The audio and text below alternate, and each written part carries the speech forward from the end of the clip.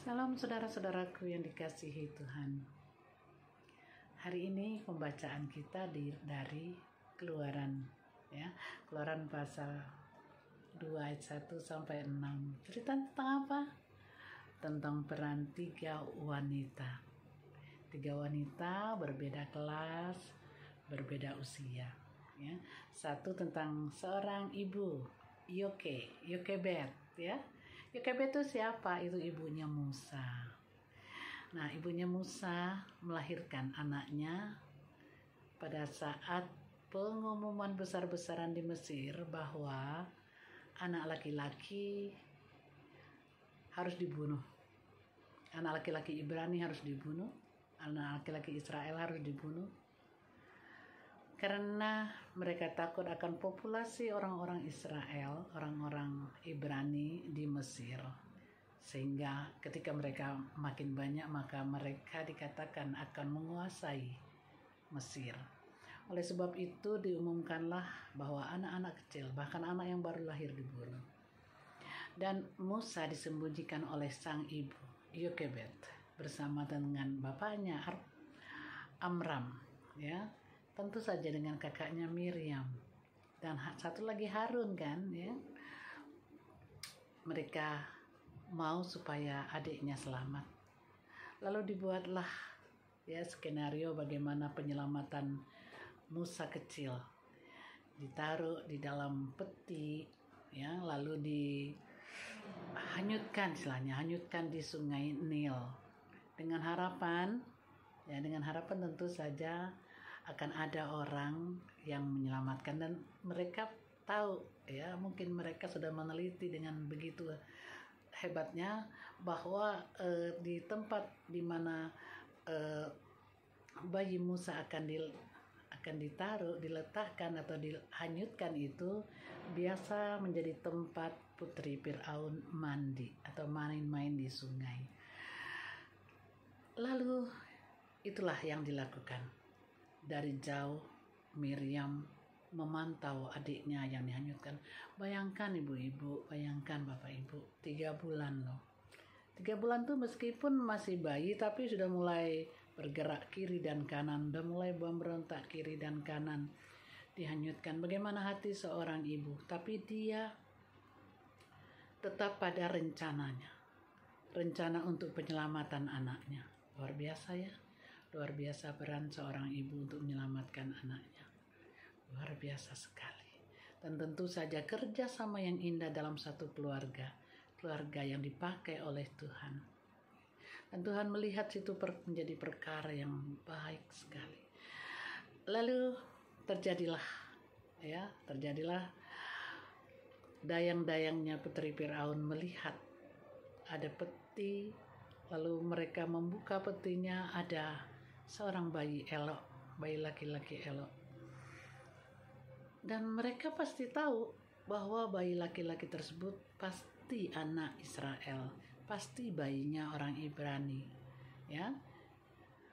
Dan sekali lagi bahwa Tuhan punya rencana yang tidak pernah gagal. Siapapun Tuhan pakai, bahkan putri Firaun yang sudah tahu bapaknya, ya, sang rajanya yang memerintahkan untuk membunuh setiap anak, setiap bayi Ibrani Israel, tapi dia justru menyelamatkan, ya.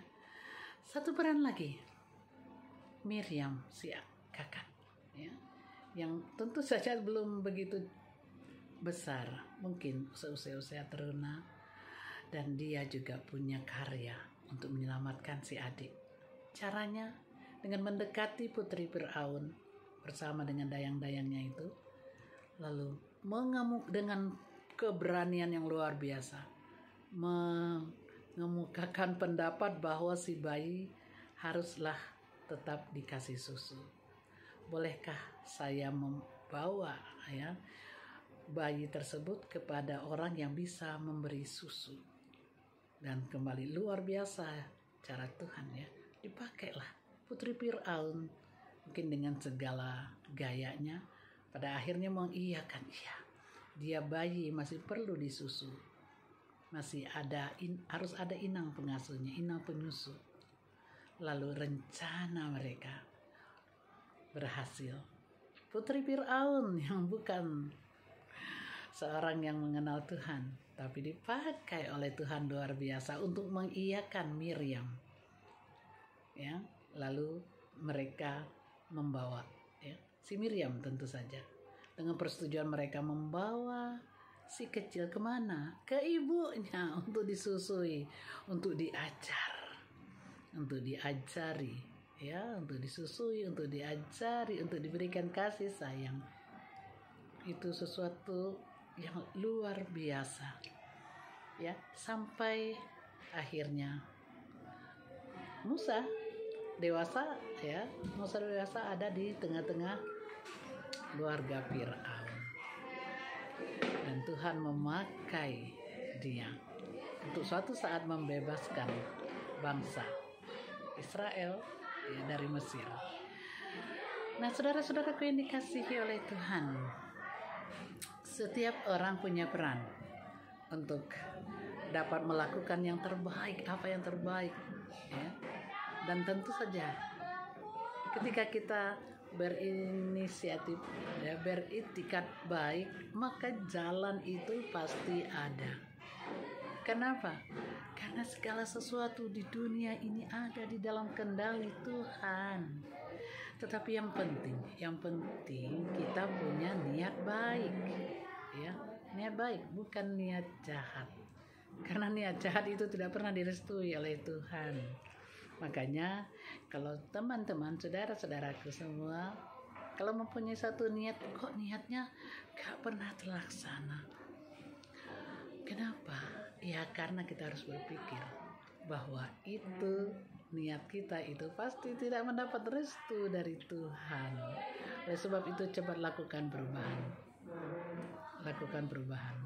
Tinggalkan niat-niat yang tadinya semula kita pikir itu baik buat siapa? Baik buat kita. Belum tentu baik di mata Tuhan. Belum tentu baik buat orang lain, ya. Belum tentu baik. Tapi kalau kita punya niat yang baik, pasti Tuhan buka jalan. Nah, tadi kita lihat Yokebed melakukan yang terbaik untuk memelihara umat Tuhan, sehingga suatu saat dia dipakai oleh Tuhan untuk membebaskan bangsa Israel. Nah, Miriam menjalankan skenario dari mama papanya dan melakukan yang terbaik, ya, untuk menyelamatkan si adik, dan dia saya mau membantu untuk kebaikan. Tentu saja itu wajib, diharuskan, ya. Tapi jikalau diajak untuk melakukan kejahatan, tentu dia bilang tidak. Dan Putri Firaun kan luar biasa, yang tidak mengenal Tuhan, tetapi mau dipakai. Walaupun mungkin dia tidak sadar, tapi dia mengikuti skenario yang baik. Nah, siapa kita? Kita ini adalah orang-orang yang mengenal Tuhan, mengenal Allah dalam kehidupan kita. Tentu saja ketika kita klaim diri kita adalah orang-orang yang mengenal Tuhan, maka do it, lakukan yang terbaik. Niat-niat yang tidak baik, buang segera, ganti, berubah. Lakukan yang terbaik. Semua yang kita mau kita tanya kepada Tuhan, baik atau tidak ya Tuhan. Ya, kalau baik pasti Tuhan jawab yes. Kalau Tuhan tidak menjawab, itulah jawabannya. Artinya no, lakukan perubahan, buat sesuatu yang lain.